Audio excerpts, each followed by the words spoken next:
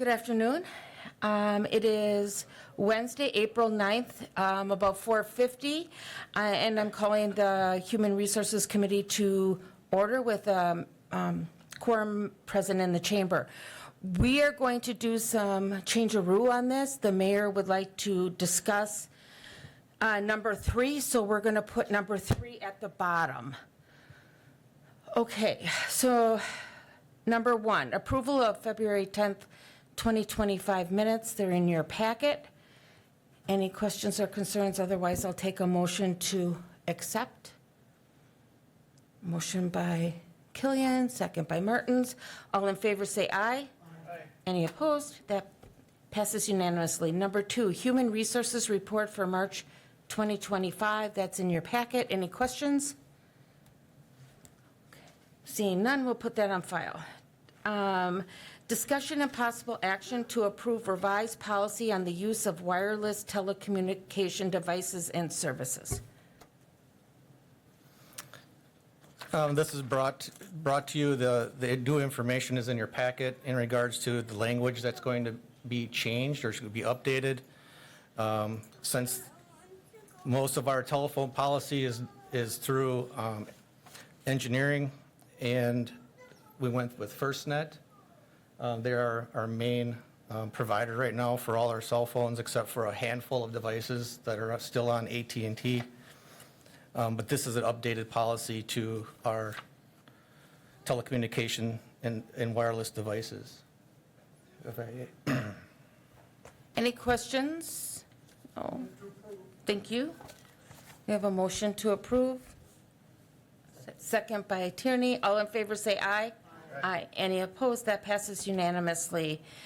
Discussion and possible action to approve the water treatment supervisor job description and pay grade.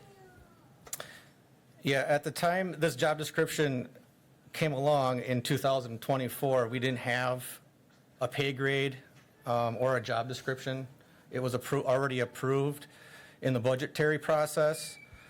So the job description is in your packet, and the salary and pay grade is pay grade 16. And if you had any questions in regards to that. I'll take a motion to approve. Okay, motion by Killian, second by Martins. All in favor say aye. Aye. Any opposed? That passes. Discussion and possible action regarding exceeding authorized staffing to cover extended military leave. I'd like to bring up Chief Barnes.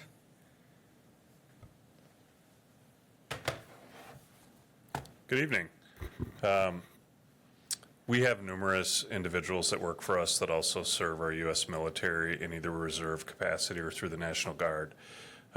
We have legal obligations to allow them to do that and continue to be employed like any employer. We have one of our staff who is being deployed for 1 year beginning in May, which then leaves us a gap.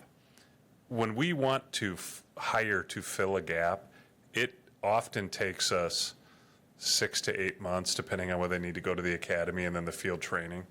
So this would allow us to backfill some of those positions while also having the savings from their benefits and pay, which they'll be receiving their military benefits and pay for that year. We're not paying them during that period of time. So we saw this as an opportunity to advance hire, to get someone trained, to fill some of that vacancy, but also so when retirements come in 2026, which we are anticipating several of them, which historically occur in January and February, we don't have to wait 6 to 8 months to have an officer that's useful to us that can go out on the road and patrol. We'll have used this savings to be able to hire that individual and have them ready to go and create more continuity for our department. So it's always a challenge when we lose people for a year, but we also recognize the value that they bring to our country and what we do, and to use those dollars that we're not going to be paying that employee to then be more prepared for the following year and to cover some of that gap is this request. Go ahead. Thank you, Chief Barnes, and I would be fully supportive of honoring our officer by hiring someone in his stead. However, I would like to see that position sunset when the officer returns. And I know that there are parts of Act 12 that might prevent us from getting state funding if we do that. Is that correct? I am absolutely not familiar with Act 12. I do have something here that I did research, and it says, Wisconsin Act 12, this is a portion of it, says, requires municipalities and counties to maintain a level of law enforcement, fire, and EMS service at least equivalent to the previous year as measured by the number of fully equivalent law enforcement officers. And my understanding of that is that if we overhire, which I think you're talking about doing essentially, if we do that, and then if that position would sunset when he came back from his deployment, would we be up for losing some state funding? So you referred to Act 12. I am familiar with that. We refer to it as maintenance of effort. And what the maintenance of effort says is that some of the shared revenue from the state of Wisconsin that they authorized for protective services or emergency management, that each year the fire chief and myself as the police chief have to sign the equivalent of an affidavit to the Department of Revenue. And I sit down with Mary Ann because math is hard and she helps me with that. But what we have to do is qualify for one of three things. And the only money that applies is dollars that were levy dollars, levied on the community. Those dollars can't go down from year to year. If they do, the city of Wausau suffers a penalty, and the last time I checked, I think that penalty is somewhere between $500,000 and $800,000 of less shared revenue the city would receive if the fire chief or myself couldn't sign that affidavit. The concern is actually not filling that position because it's only dollars that are spent. The maintenance of effort does not take into account openings that we're trying to hire for or positions that aren't filled. It's the dollars that are spent. So we can measure it in one of three ways. We have to maintain at least the same amount of levy support for police officers from year to year as measured by the number of staff positions that were filled, where officers were in squad cars that came to work. The percentage of the levy that was spent on officers' wages, so it can be measured in a percentage of the actual levy, or it can be measured in actual dollars. So that is something that Mary Ann and I pay attention to throughout the year, because there's lots of moving parts to that when that act was passed, they didn't take into account certain things.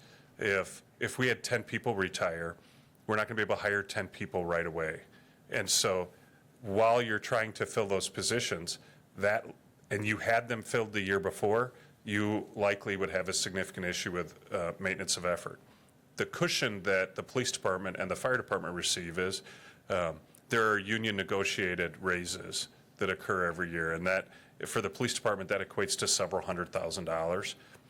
That counts toward the maintenance of effort. So if you spent $10 this year and next year the officers received a raise and now they're making $12, that there's an extra $2 cushion there. So I don't have concerns if we don't fill this that we're going to have a maintenance of effort concern. If we do fill it and hire someone this year, and that assists us in the equation for maintenance of effort because these are levy dollars. And the initial comment that you made, this is listed as I looked at the first round draft of the resolution as budget neutral, if not budget positive, because we're not going to have someone hired when that individual leaves, so there will be some savings to our budget. And the savings are more than what a brand new officer earns, so we're going to be budget positive regardless of the decision. The concern would be, and a risk is, in 2026, when the officer returns in May of 2026, if there hasn't been a retirement, then our authorized limit is 81, we would be at 82, and that is not budget neutral. What I'm comfortable with, the likelihood that we experience a retirement or is someone that severs their employment with our department between now and then, I think is very, very high. We're anticipating 1 to 2 retirements in January or February. So when that would occur, that individual that we've overhired to fill the military leave individual would then fill that retirement. We just wouldn't have to wait 6 months to be able to fill it. So there is some risk with this decision. Like, I'm not here to tell you there isn't. I think that risk is very minimal, and the upside to our community and our ability to maintain productive staffing, I think outweighs that risk. So essentially, you don't feel as though hiring that officer and not sunsetting his position that Act 12 would apply to that, and there's a potential to lose state funding? You don't think that applies? That's correct. Okay, thank you.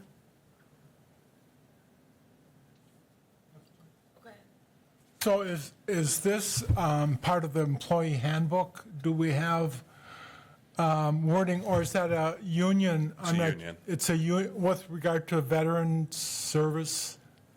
So we have. I mean, does the city of Wausau, whether it be 1 year, 6 months, 3 years deployment, does the city of Wausau acknowledge that service? And The city of Wausau, and in this particular case, this is one of our union employees, so we have federal law that says we have to preserve their position and bring them back at no loss of rank. course. Right? But what the union contract says is when someone is deployed for a period of time, or they're going and serving, that there's the ability that the city will make up the difference in pay.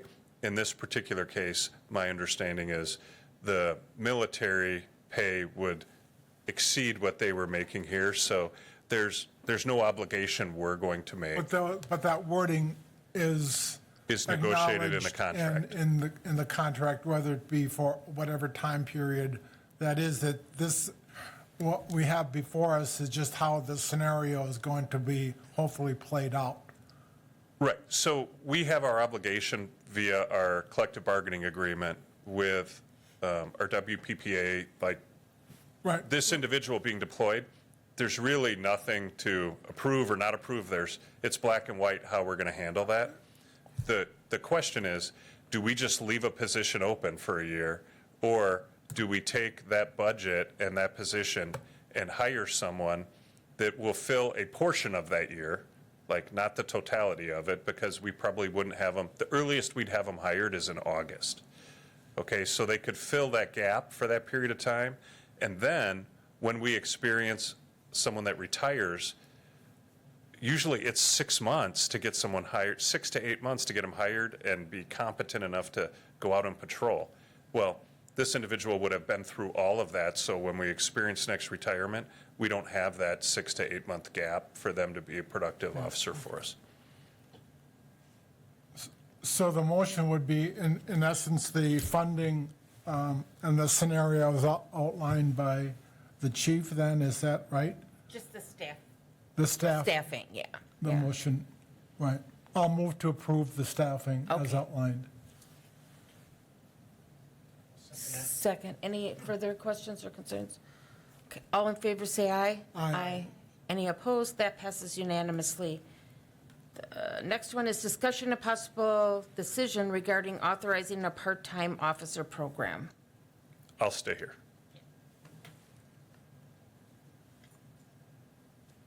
You want me to go? Yes, Okay. please.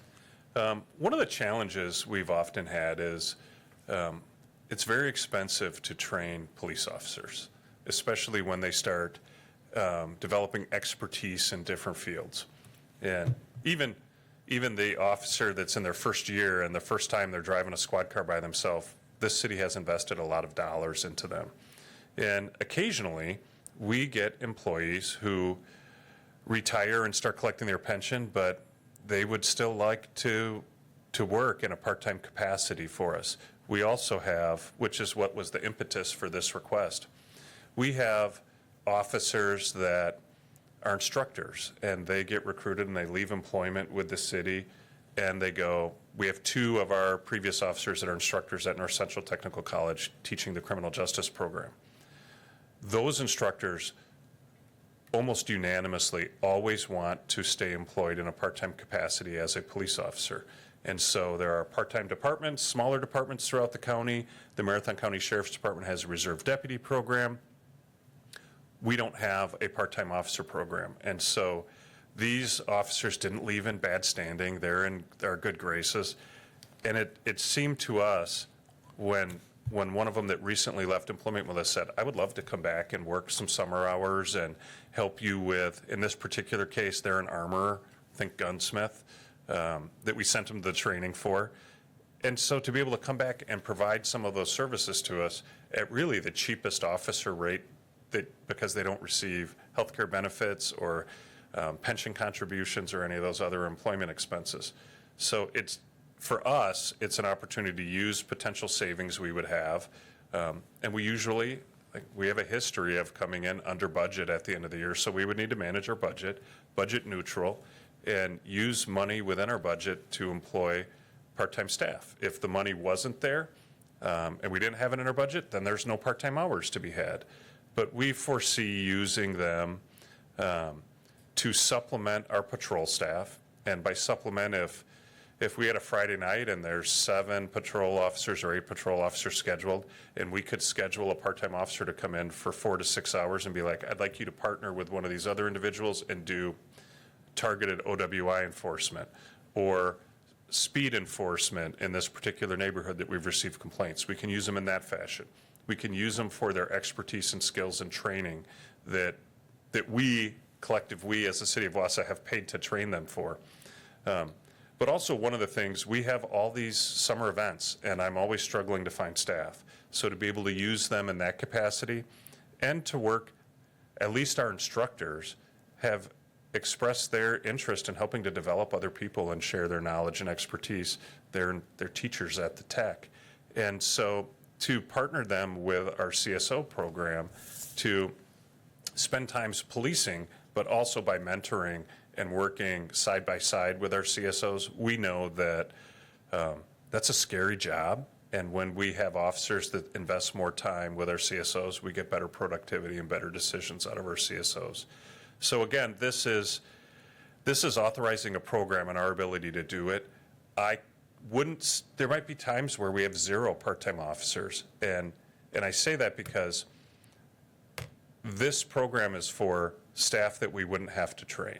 So they would either be individuals who left employment with us in good standing, potentially a sheriff's deputy that went to become an instructor and wanted to work with us because they understand our reporting systems. They don't require a field training program, and they're already familiar with all our policies and procedures and how we do things in Wausau and Marathon County. So it's a limited number of individuals, and if there weren't any, we wouldn't have it. I could see having potentially 3 to 4 of these positions, and we'd have any number of them filled, and it would simply be how many hours they get is dependent on our ability to cover that without asking for increased dollars from the council.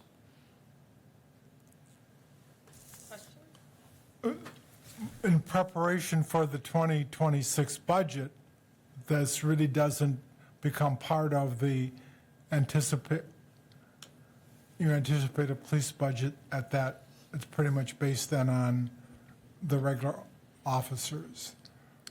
Correct. I do not anticipate in the budget process asking for dollars assigned to this program. This program would be managed with the current budget that we have.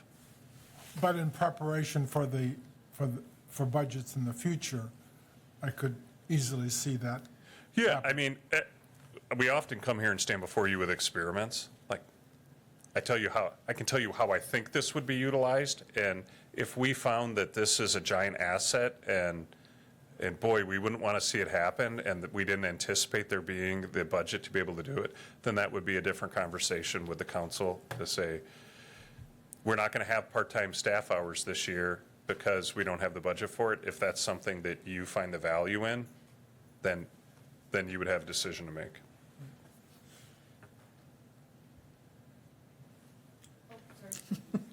You guys forget about me over here.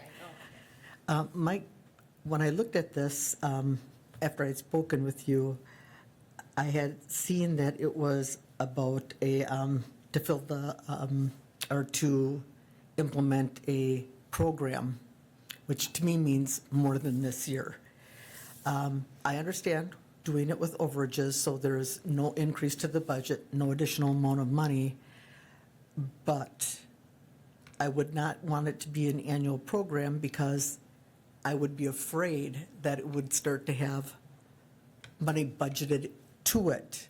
So like next year when you're doing, or at the end of the year, you're doing your budget for 2026, and you say, okay, well, let's budget for $135,000 for these part-time officers.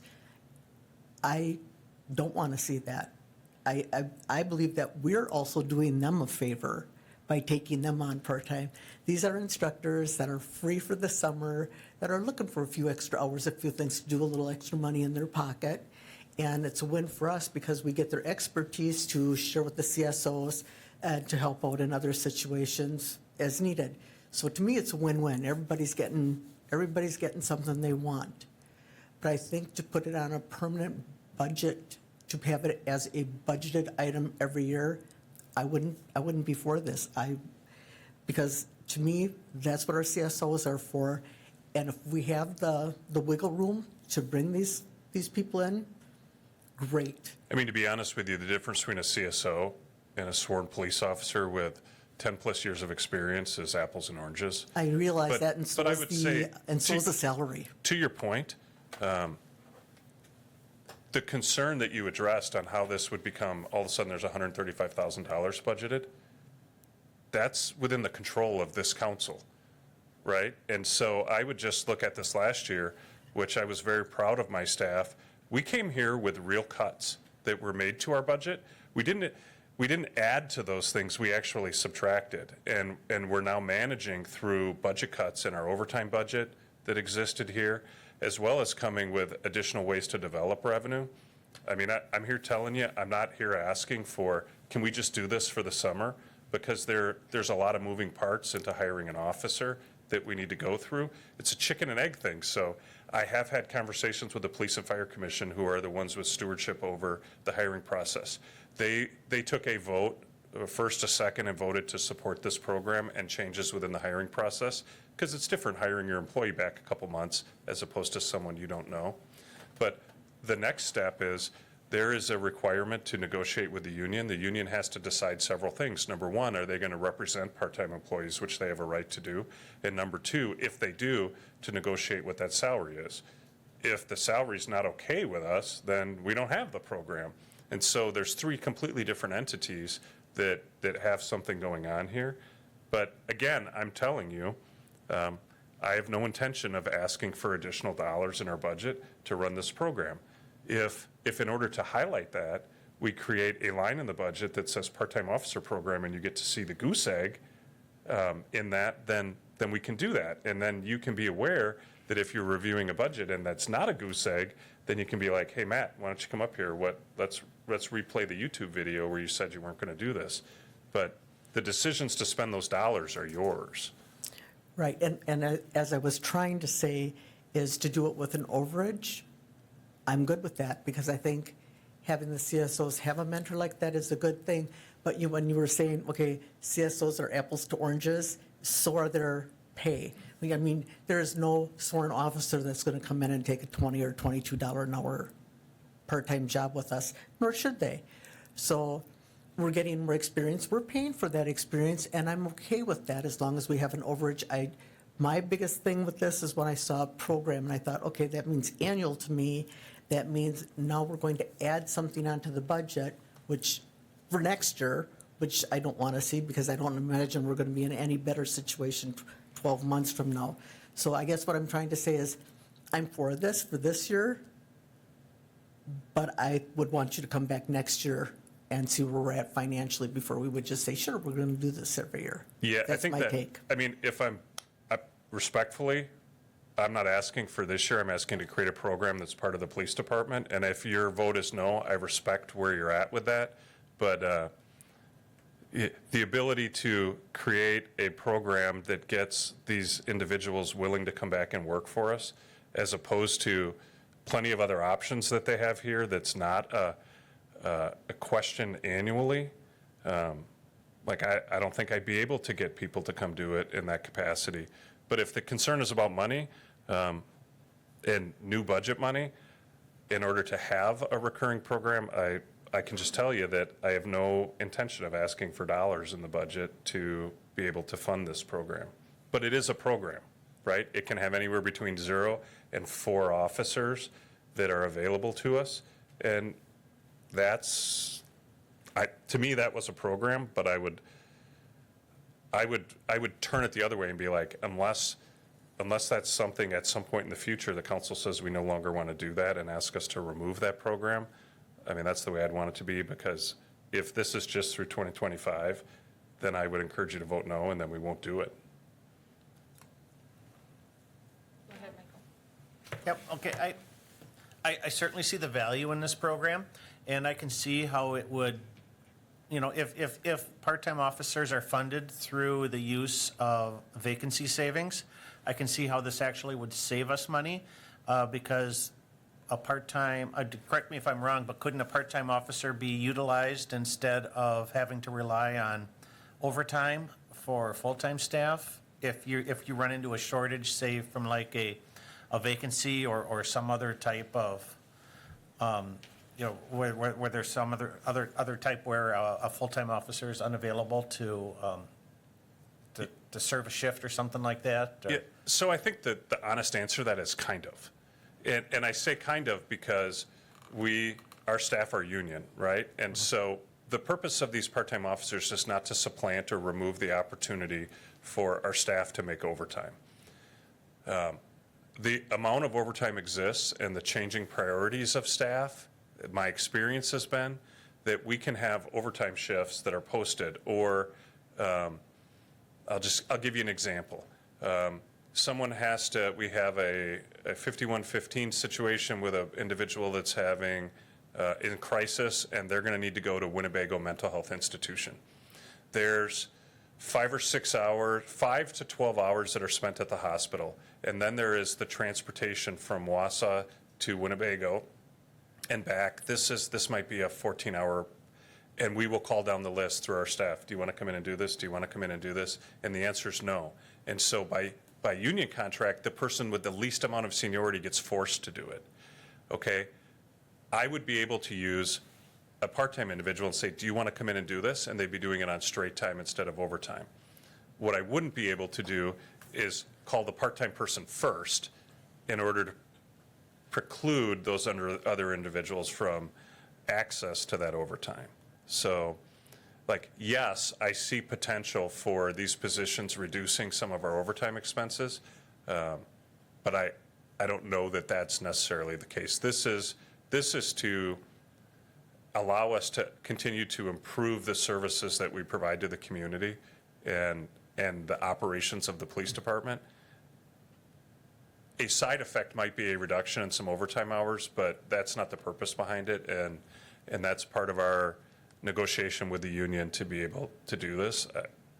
I think that would probably be true with any union shop. Yeah, I can totally imagine and understand that it's going to be this delicate balancing act with what the union allows and what the needs are of the department, but still, nonetheless, if this program is entirely funded through vacancy savings, then I'd be for it, and I do see the benefit and the potential of it.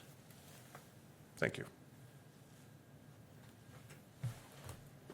I just had one other thought. I mean, we're talking about how helpful it is to have a trained officer mentor the CSOs, and I remember in our many conversations at meetings over the last year that we were told how well-trained the CSOs are going to be.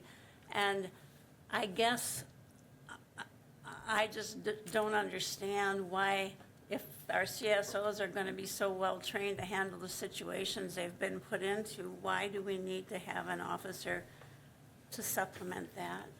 I'll paint you the picture. We provide significant training to our CSOs. That's in regards to policy, that's ideally in how to de-escalate situations, and they haven't let us down on that. What is very difficult for a CSO, we take a officer that went to 720 hours of academy, and then they come and do an approximate another 720 hours of field training where they're partnered with an officer, so that when they go up to someone and it's time to arrest them or it's time to issue them a ticket, they have that other individual with that experience, and they're like, here's what you do, okay? And so CSOs who have not had 720 hours of academy, they haven't had 720 hours of field training, they've had more like 40 to 60 hours. When they're put out in the field and it's real, and here's an individual that needs an ordinance citation, having officers work with them to be like, here's how you do this, gives them increased confidence, it gives them, and we see, I mean, I'm not gonna sit here and tell you our CSOs are hitting it out of the park and they're always making the decisions that we want them to have, but I do know on the summers where we have had officers that worked with them, we get much better decisions and much more confident CSOs to serve the community. And I know that's true in every profession, that you always feel better when you have someone experienced working at your side while you're learning. I guess I just had concerns because I'm just thinking back about what we've been through with CSOs for the Humane Officer Program, and we were told that they were going to be able to handle the situations that we had concerns about. So I'm not arguing that it does add a benefit, but I just wondered how necessary it was. I mean, I'm not here to tell you it's necessary, and if you don't do this, our CSO program is going to crumble. Like that, hopefully that wasn't my message, but we strive for excellence at the Wausau Police Department. I don't think we'll ever achieve it, and do I believe we are closer to excellence if we have part-time officers with the experience that we're looking for in this program to be able to work with our CSOs? They'll be closer. And that should be what we should always be striving for, is to provide a better experience for our young employees that are coming in here in that part-time capacity, and provide better service to the community with the staff that we're able to hire to do it.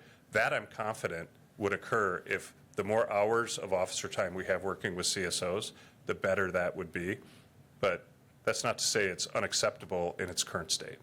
Okay, and just to clarify what Alder Tierney asked you, you do feel that this will be put forth next year? It's a program not for right now, that it's something that will be continuous and put forth next year as well? Yes, I mean, what I'm asking you to vote on here is to create a program at the police department that exists year after year after year. And the point I wanted to make to that is, there might be years where there isn't funding, and I need to tell those officers, I don't have any hours for you. And there might be years where none of the officers that I'm looking for in this program, with the experience and the knowledge of our functions here in Marathon County and in the city of Wausau, exist.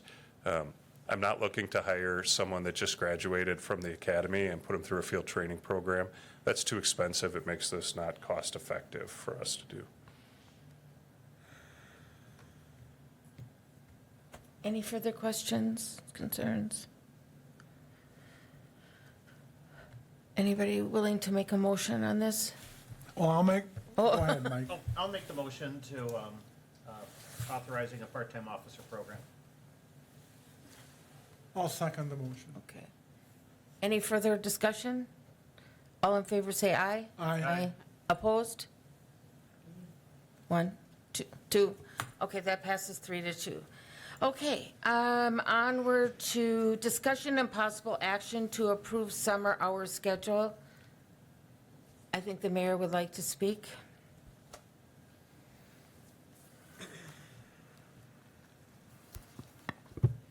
Thank you, Madam Chair. Appreciate you moving this item toward the end here. We had the Wausau Ignite Women's College Softball ribbon cutting here a few minutes ago, so we had a chance to welcome them to town. So my purpose here tonight is to encourage you to either to hold on your decision on this summer hour by either not taking it up or by tabling it. So we had some staff meetings here with key staff and directors affected by this program in the last couple of days. So we came up with a few issues that we thought through what the long-term effects are going to be for making this and bringing it as a permanent change. And we think that maybe we take a look at pausing that for now and look at some other options like building off of our successful 2024 pilot that we did. Under the direction of Mr. Henderson, we looked at a short pilot program. We had good positive feedback from the employees. So there's two issues at hand here. It's the employee duty day and satisfying that. And I think we did a pretty good job with that last year. The other part of it is the customer service to our citizens. And I think that potentially can get a little more look this time around. I talked to Green Bay today, the clerk over there. They've implemented this type of plan that we're looking at. Eau Claire has done that. But some of the issues we want to be sure of is through surveys. The clerk is looking at potentially getting more information on how do customers see this. And that's the most important thing, I think, in this whole discussion is do our citizens feel we have plenty of hours to get work done. So what we thought would be appropriate, and I would encourage you to think about, is we made some slight adjustments to the hours, and we're going to look at getting more customer service feedback, and we'd like to run another pilot this year between the holidays so that we don't have any holiday issues. We'll run it slightly longer, get a little more feedback, and then that'll help judge where we move from there. Eau Claire just started their program in January, so we don't have a lot of feedback yet from them, but it's something that other cities are doing in response to trying to make coverage. I think it's certainly prudent at this point to maybe pause on making this permanent and taking another look at adjusting the pilot and gathering more data. I do have a question for you. I thought when I was reading this was just for summer hours and not something that was going to be done 12 months a year. Is that correct? That is correct, but when I say permanent, would be then so for Right. example, Green Bay posts between Memorial Day and Labor Day. Right. Here's our hours. It's different, and it's now evergreen, so every year they'll do that. I think this is their first year on that. But, Okay. So that's, there are some things that need to be discussed with vacation time, with overtimes. So rather than build those on the fly, we have a new HR director coming in on Monday. So we've had an interim, and there was a period of time where from 2024 experiment or pilot, there was an anticipation there would be more staff work done on this. With Mr. Henderson's departure, that didn't happen. So here we are. A lot of it was put on Rick's shoulders, and I don't know that that's entirely fair either. So here we are. I think we've done a lot of staff work, and we've talked to the key directors. We just want to make sure we get it right and not put a whole lot of burden on the HR committee to do staff work that still could be done on this. So you're suggesting tabling it or perhaps doing it this year, holiday to holiday, as another pilot, but not permanent? As another pilot, and then in 26, we'd have an opportunity, we'd have more data, we'd have more satisfaction surveys with the citizens. We actually did not, as far as I'm aware of, get any dissatisfied customers last year, but we ran it for 4 weeks. We also didn't have any negative feedback from council last year when we did this. We had no feedback from council. The only feedback I did get was from the city attorney. We have a Wausau Municipal Code requirement to have municipal court hours that are set by municipal code. I did speak to the judge. He's willing to make an adjustment for temporary purposes, but if we ever do this in the future going forward as a permanent thing for summer hours, we would have to change the municipal code for both the, well, primarily for the municipal court. Go ahead. Yes. Mayor Jenny, I know you say that you did not get any feedback from the public, but I did. Okay. And it was probably, I would say, maybe 5 or 6 people that spoke with me. And the issues were that they had bills due, they had paydays on a certain day that they could come in to City Hall. And because everybody is not made aware that I mean, you might have it on your website that you're closed or however you're going to publish it, but not everybody sees that, so they take time out of their schedule to come to City Hall and nobody's here. And it's my personal feeling that we owe it to our residents to be available to them in the customary hours. And before pulling this from the agenda, because you're wanting us to give more thought to it and wait for the new HR director, I personally would like to hear the feelings of the committee members as we were given the opportunity while it was on the agenda.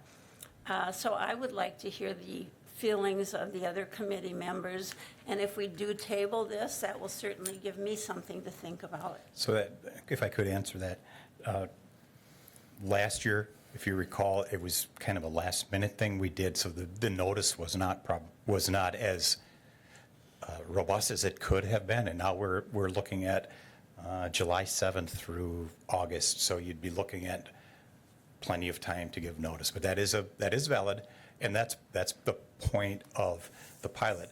We should actively seek the feedback from residents, and I think that's certainly a good point. And some of the cities have done surveys through a third party to gauge satisfaction. How much feedback do we need to get from the public that says we want you to be open? As you've indicated, you've always been, I mean, do you need 100 people to say that, or do you need a few people to come in and say, I want you? I mean, I need to have some idea of what you're thinking about, because I know public participation doesn't always draw a lot of response, but it does get response when people come to City Hall and it's closed. So I want to know what you're thinking as far as public opinion. Well, I think any type of change will eventually require getting used to. So the intent is to have as many hours available, if not maybe a little more. So there will still be the total number of hours should be in the 40-hour range. So that is important because they recognize that customer service time is to be on customer service. So when you're on duty as a customer service representative, you want to be in front of customers. And I don't have a magic number for you, but I think if anecdotally it was 5 or 6, I don't know that we were aware of that, and that's something we should find out before we leap. So I think a pilot would be in order to discover that and see if we can do a better job getting the word out. Go ahead, Gary. The city council never had any opportunity to get feedback with regard to last year's closing. I mean, we sort of came up to the city hall or perhaps noticed somewhere that the city hall is closed, but the staff is here. So I think this is the first time that issue has come before a city committee. So I was surprised. Who made the decision to in fact close Friday afternoons last year? Last year, there were several emails that went out to staff. Email went out to the city council. It may have come, I think it came from me, but it might have come from Gene Frankel at the time. A couple of weeks went by without response. Then we made the decision to move forward as a pilot with the directors at our directors meeting. So there was communication that went out in advance of making the decision in an effort to gauge that. And I don't know if some of you, I I looked at it was, this I was afternoon. surprised, but maybe I made this mistake, and I apologize if I didn't catch that closure on Friday afternoons. That was the big, so what is it that we're recommending? What is the staff recommending now that we proceed? I guess I reflect a little bit also that we're in, the Marathon County Courthouse, I believe, is open Friday afternoons. I wonder how we're going to get the survey of people that come up on Friday afternoons to the front door and see that it's locked, and how do we get that kind of a survey? I have great questions about this denying customer service, so, but I'm anxious to see what the rest of the committee says. I saw, Mr. Mayor, if you don't mind, I saw that there was originally, when this started, there was about 4 different options they were looking at, this, that, and the other thing, and it came down to 2 options, I believe. And one was Monday through Thursday, having Fridays off. And then I think one of the other options was the same as last year, Monday through Friday, and then Monday through Thursday and half days Fridays. Is there any other options to even talk about? One of the things that I thought is, okay, I too believe that we should be open for customer service. I mean, that's what customer service is. What about rotating people through that customer service spot? Okay, so we've got 5 people that are usually up there, 4 people that are usually up there. Well, on Friday afternoons, this week we're going to have you 2, and next week you 2 get off and you 2 get to stay.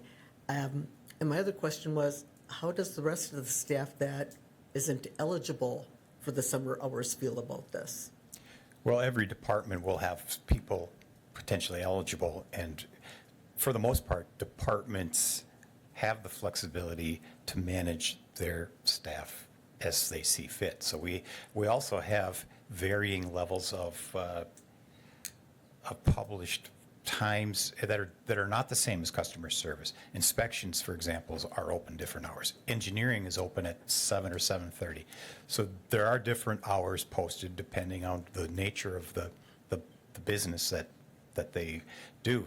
Inspections sees more people in the morning, and engineering's open more in the morning because we have contractors come in and need support. So we have the flexibility. The clerk's office flexed hours to have to accommodate voting later in the day, to have voting on Saturday. So we will respond as necessary, and I think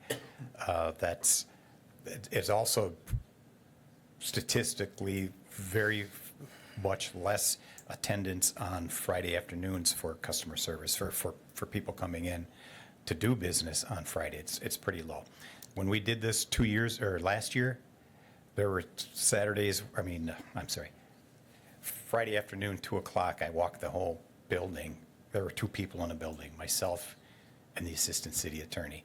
Okay, so I It's thought there were supposed to be people in every department here. when,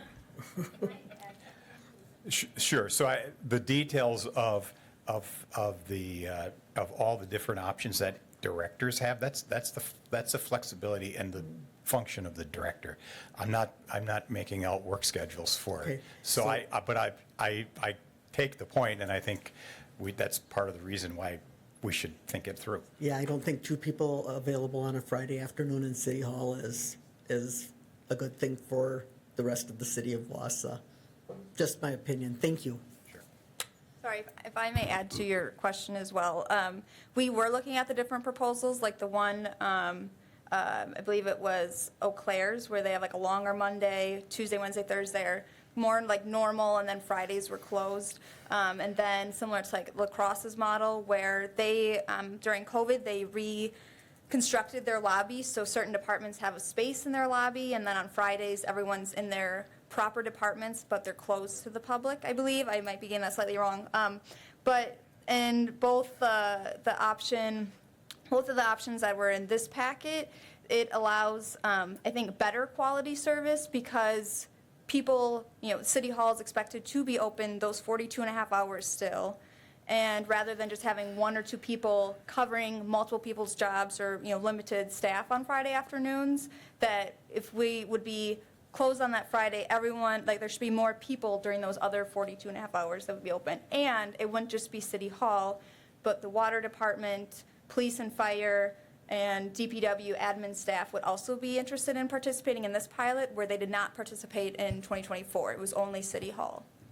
I'll be honest with you, I don't think having a 4-day work week for people that are in city government is a good thing for the citizens of that city. And I would agree that the two options that were in the packet today, they do offer still that Friday service for 5 hours instead of the 8 hours to allow people, and I think it's like 12:15. So there's that slight over lunch gap that the public could still be served. But since we brought this to HR in 2021, we have created more options for people to be able to pay their bills or schedule bills online, or we have the Dropbox, we have that outside too, that when we close for other holidays, that we put, like MLK Day, when we have that on, we put the box outside where people can grab an envelope and place it securely, and then that would be processed on Monday without the late fees too.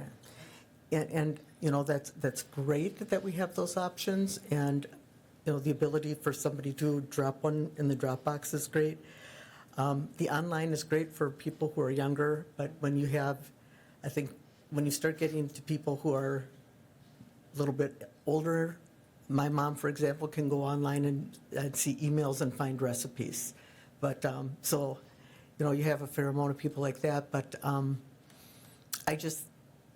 and I'm not opposed to looking at the Friday afternoons off. Unfortunately, I am opposed to the 4-day work week. I think that's too much. Thank you. Go ahead, Michael, and then I'll get. Okay, and I see a lot of value in a summer work schedule with flexible hours, because I know, when summertime comes, people check out, on Friday afternoons. They want to get started on the vacation early, and if this is something that can facilitate them, that is great.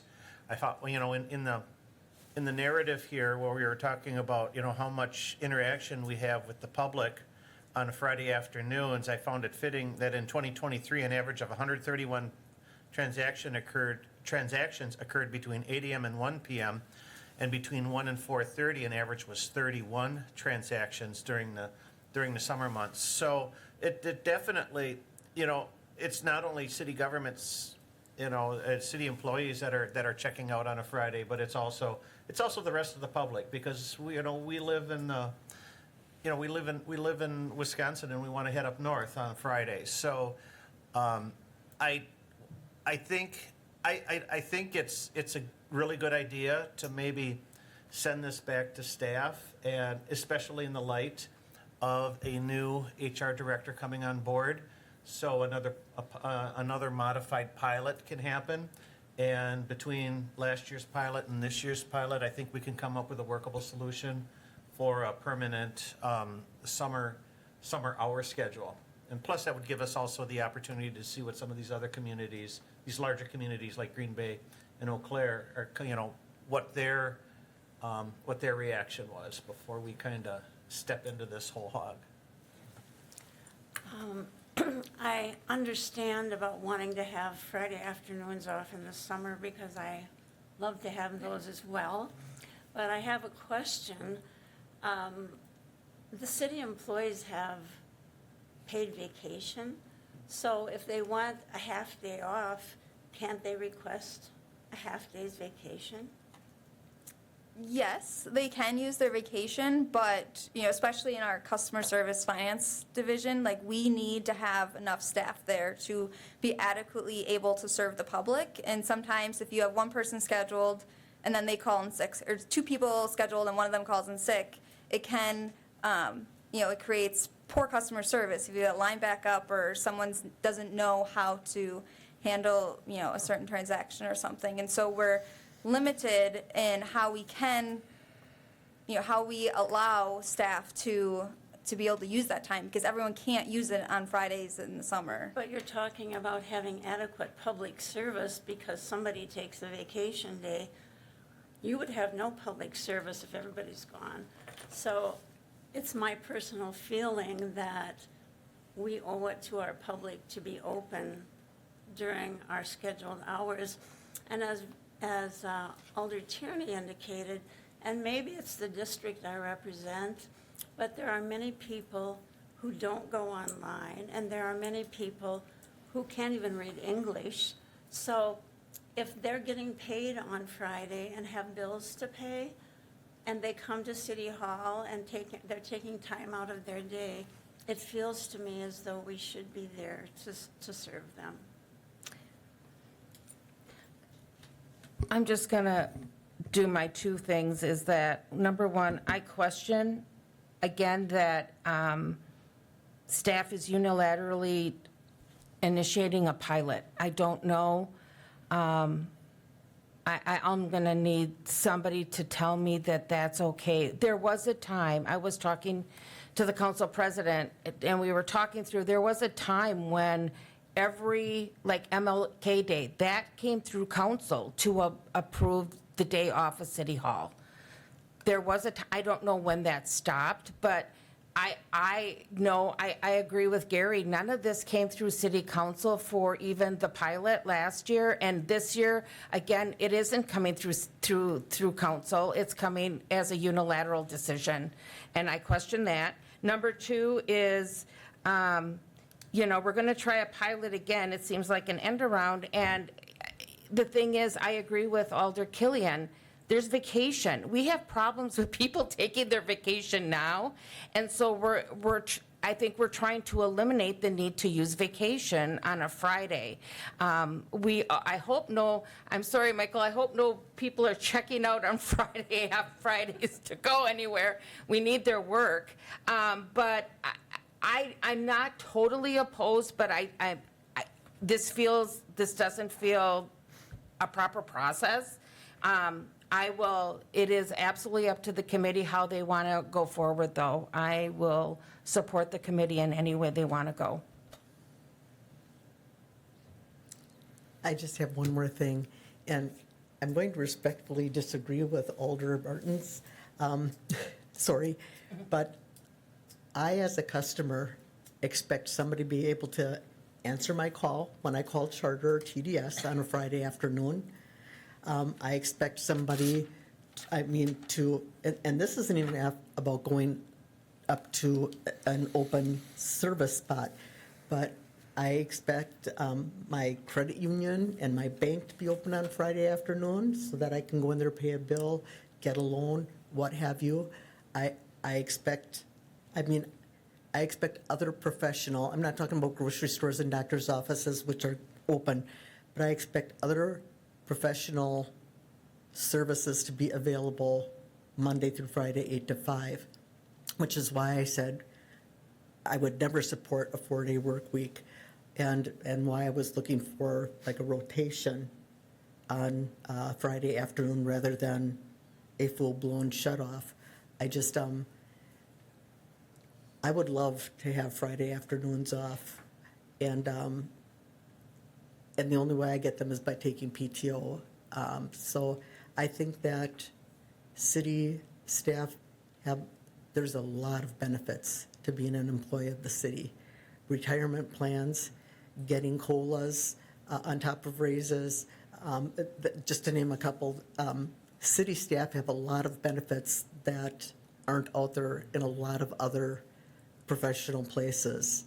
But I think customer service, that's one of our main points. That's one of the things that we have to do for our citizens. Thank you.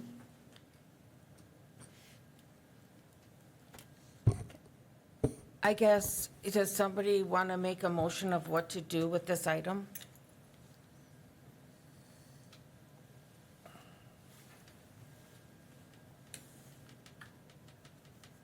I mean, I don't know how to go forward. I don't know, do you want to, I mean, there's nothing I can do other than we table it to a time uncertain, because I don't know when we would bring it back. Go ahead, Terry. Madam Chair, I don't know that tabling it is going to change opinions of the committee. And it's my firm opinion that our city hall should be open on its regularly scheduled days and times. And it's not because I don't understand about wanting to have Friday afternoon off in the summertime when it's warm and you want to get up north or whatever you want to do. But we do have vacation time that we can take. And we owe it to the people who pay our wages to be here for them. So I guess I am opposed to a pilot program, and how others feel needs to be considered, but that's my feeling. My opinion would be that it would be tabled until there can be a survey that would be put out to the citizens of the city and get proper feedback before we would be able to resume any thoughts of moving forward. This decision needs to be made by the people who pay the wages. And I don't think that us making that decision for them in this case is a good idea. So it would be my recommendation to move forward with a survey that's mailed out to each taxpayer. We certainly know how to reach them when it's property tax time, and wait and get those results before any decision would be made. Thank you.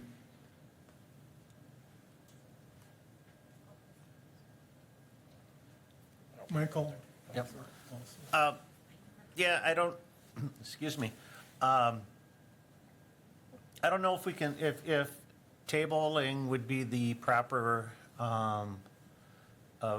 thing to do, since we wouldn't be able, since you really need a definite date for an item to come back, unless we table it to the June meeting to give the new HR director time to kind of ruminate over this, and a survey to be done. I don't know if a mailed survey, the cost involved with that, an online survey might give us enough of a sample size in order to come up with what we need to make a decision. But would we be able to table to the June meeting and still have a pilot if one is warranted for this year? Otherwise, would just sending this back to staff be sufficient and have them kind of kick it around some more?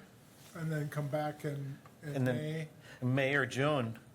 May or So June? then, okay, we could do that. I don't know how, no, okay, hang on. I guess my thoughts on this is, I don't believe an online survey would be right, because again, there's not people that routinely go out to the city's website.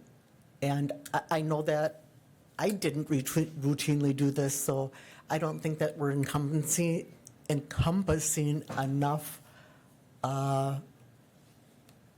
people in a survey like that. I mean, there's a lot of people, again, like Alder Killian said, they don't speak English.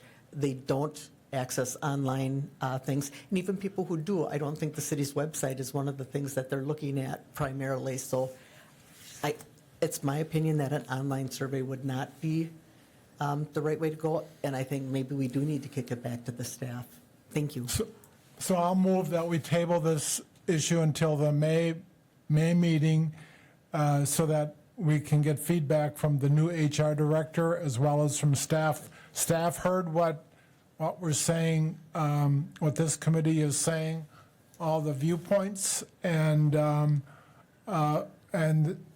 bring that back to the May meeting. That still would be time for the rest of May for this committee to decide exactly how we wanted to schedule it, whether it be June, July, or August, or August and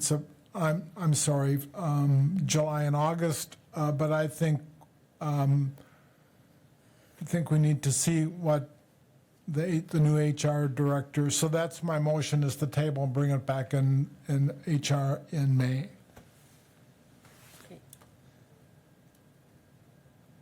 So bringing it back, okay, so let's talk about what you want the staff work to have done. I mean, do we want to look at surveying at that point?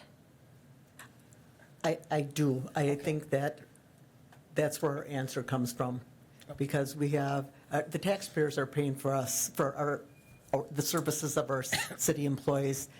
Since they are truly the employers, let's see how they feel about it. All right. And also, to the point of other local, I know the county board, the county courthouse is open. And it would be interesting to see exactly how other cities, Point, for instance, how they handle it, as well as other governmental offices within the city, Schofield, so how are our neighbors, so if we could survey that and have that information, because I don't think we would want to,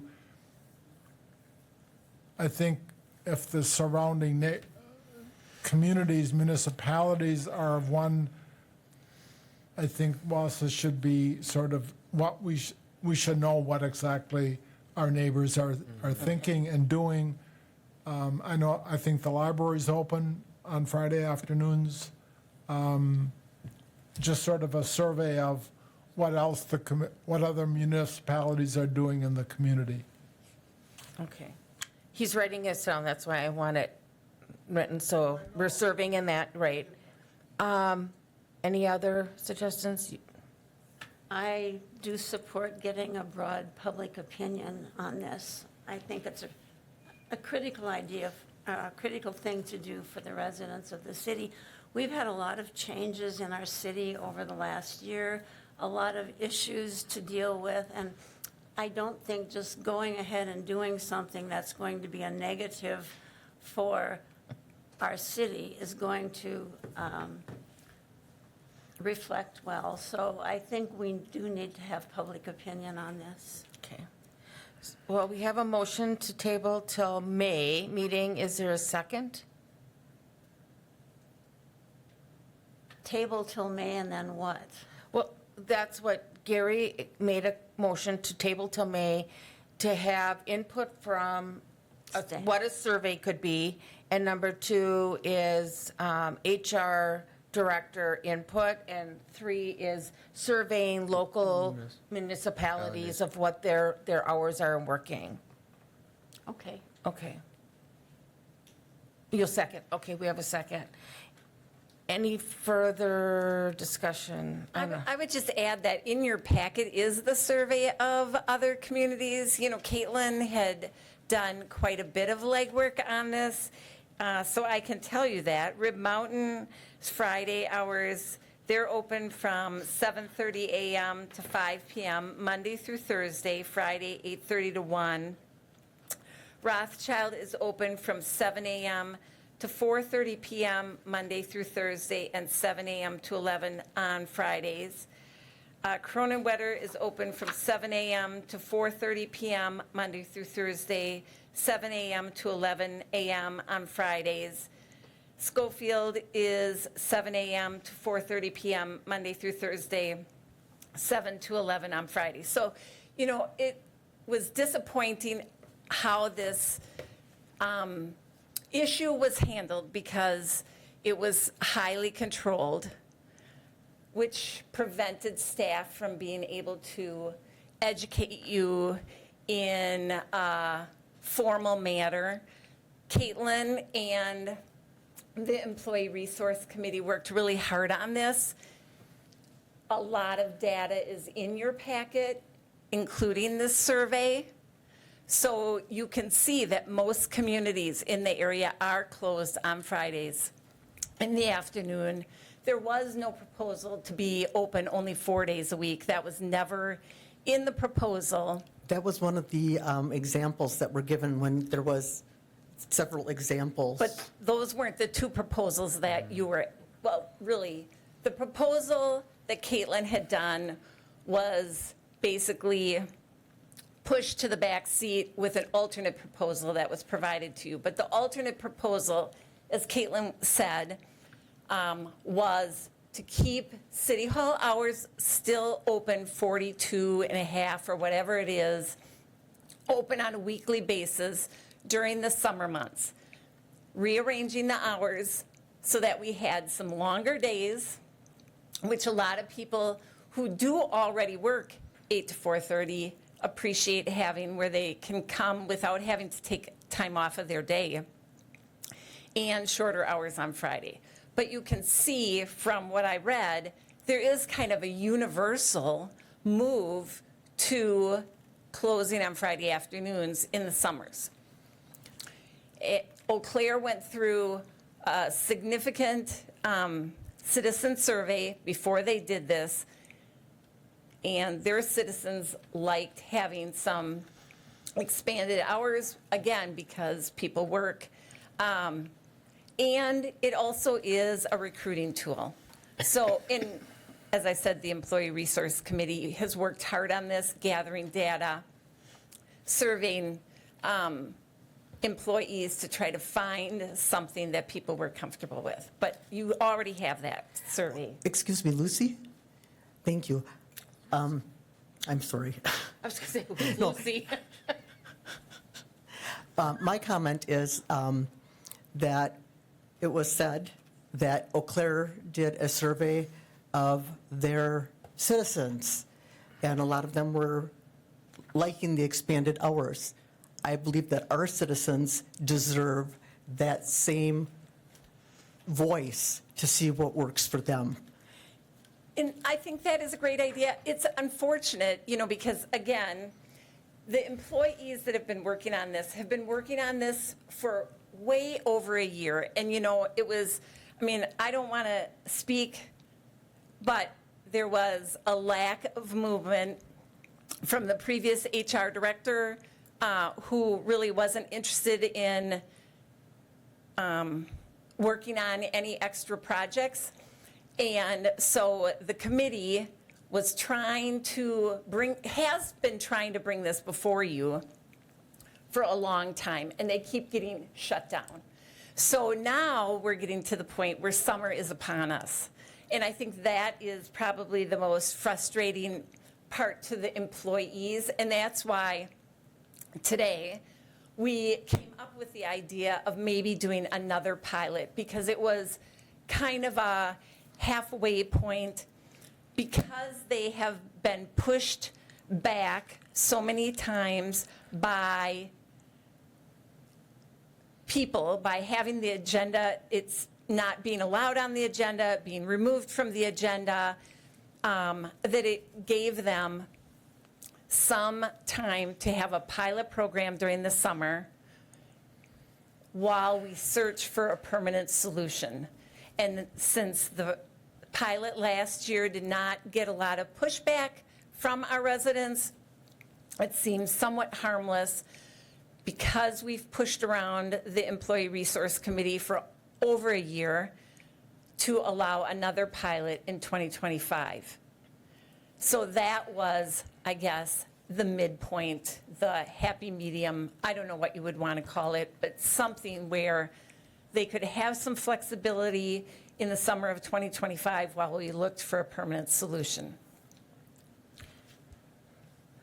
I'm going to just say about what happened last month, because this came as a proposal for last month. It was the only item on for last month, March. The reason it got pulled was that there was not enough information. I know my committee, and there would be some, wasn't there something that there would be some overtime? That was a misunderstanding. It was Well, not. I only can go with the information I have, and so there was some overtime. I'm not a full-time person. I get those, and I thought, okay, can you give me the financials? Make sure you have the information of what overtime is needed, because the committee's going to ask that. And it got down to the time that, I talked to Rick, and I talked to the HR people, and they said, we can't pull this together in this time, we need to pull it. That was the decision. It wasn't like, we're going to give them a good shaft here. I mean, there was not enough information because people couldn't understand, how is the comp time going to work? And then how is it going to be a financial impact? That all needed to be worked through, because it's more than just having people off. When you have people over 8 hours, there's going to be comp time. No, well, there is no one who qualifies for overtime that would be using this that gets overtime after 8. They have to work over 40 hours in a week. Okay, well, that's not the So- information I got. well- I mean, I'm just saying, that wasn't the information, right? I mean, It wasn't correct, it wasn't correct. So Rick, can you just say that wasn't the information?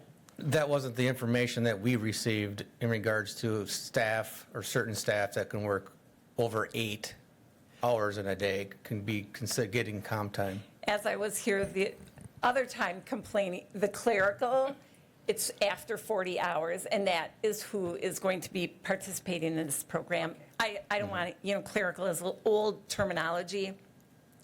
Your paper pushers, your administrative staff, your office people do not get overtime over 8 hours, and those would be the people that are participating. And it would just be those individuals that are participating. So there would be no impact, just like there wasn't during the pilot. Marianne, you said something that struck me, and it's obviously a difference of how we feel about servicing people. Let me finish, please. You said there wasn't a lot of pushback from the public, so it really didn't do any harm. In my opinion, if we get pushback from our residents and someone's time, someone pays penalties, if it's one person or if it's 100 people, that's harm. So we are here to serve the people of this Absolutely. city, and I strongly disagree with what you said. Poor choice of words, my apologies. And Mary Ann, the one thing, you said 410s was never on the option. I guess what I meant is option 1 had the hours were Monday through Thursday, that City Hall would be available to the public. Got it. So, because you still had Friday work hours, but they were not with service, it was in, you know what I mean? It was, Closed. yeah, Right. closed to the public. Right. So I guess I worded that incorrectly, and I apologize. That's okay. Thank you. Any further discussion? We have a motion to table until May. I don't even know what that's for. I mean, are we going to go ahead with the pilot? I guess, is that part of it? Just to get the information, let the pilot yeah, you made the motion. I mean, I want to be for sure. Are you, I think that the employees were told, maybe the mayor could tell what the employees were told they were promised.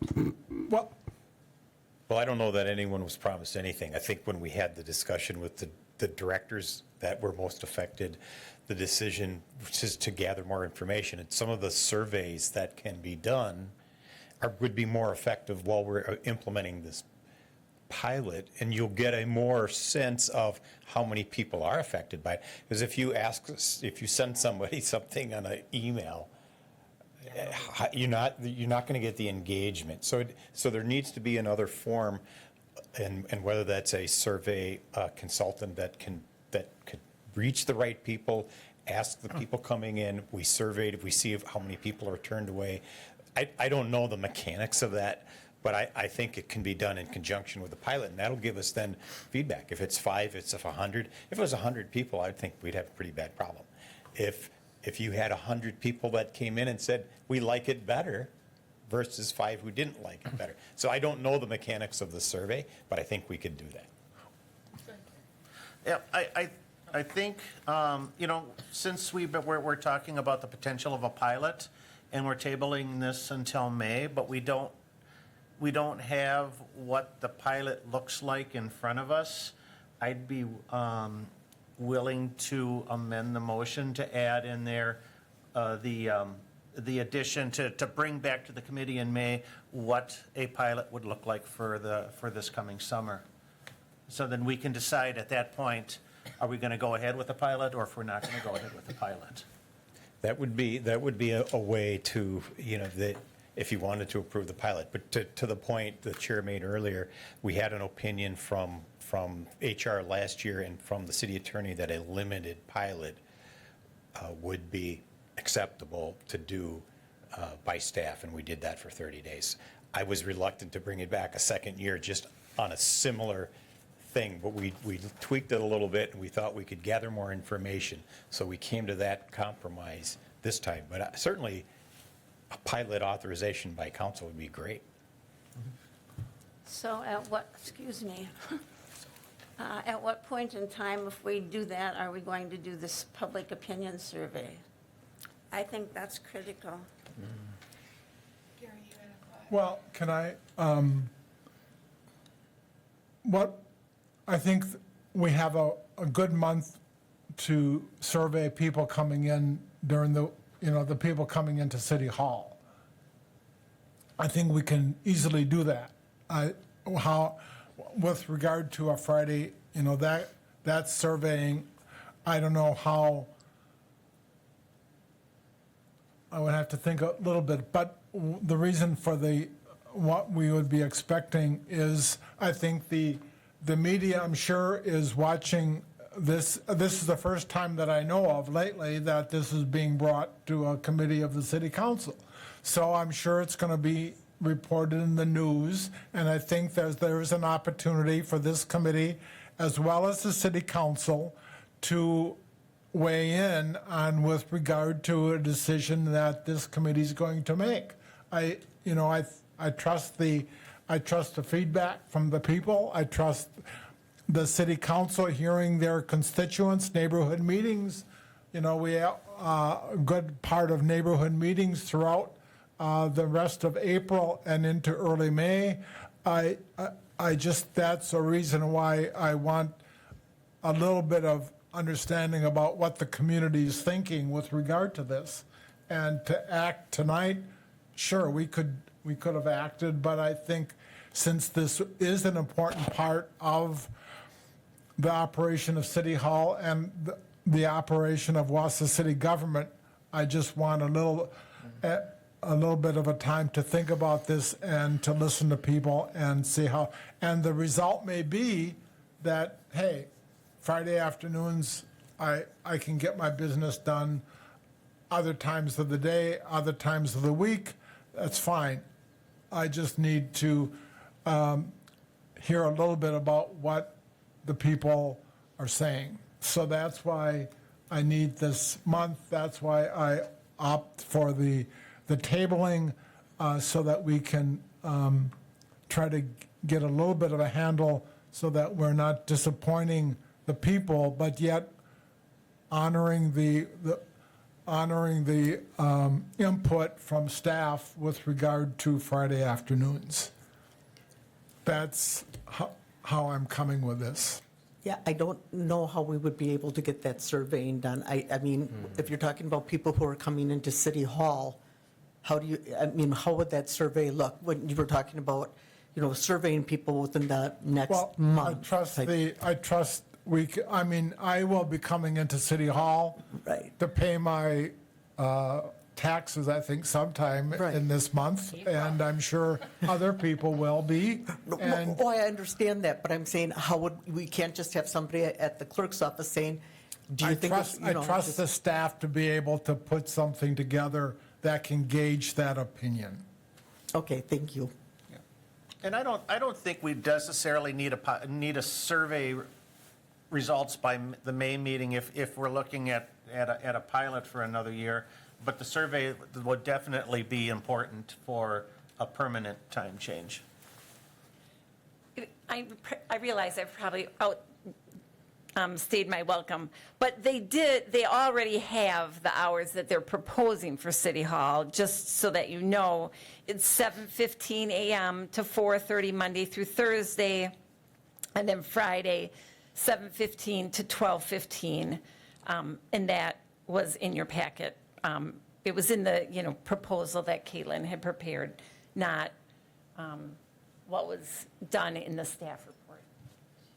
Right, and then I'm going to ask you another question. I'm so sorry. that's okay. Now, I did see that in the packet. There was actually the two options. Right. And are we talking about the one where the doors would still be open on Friday, or the doors No, would the be doors closed? would be closed then Friday afternoons. They would be Okay. open in the morning so Right. that during those hours that I listed, the doors would be open, customer service staff would be available, and then on Friday afternoons, the doors would be closed. Okay, I was just making Yeah. sure we were on the same page and Yes.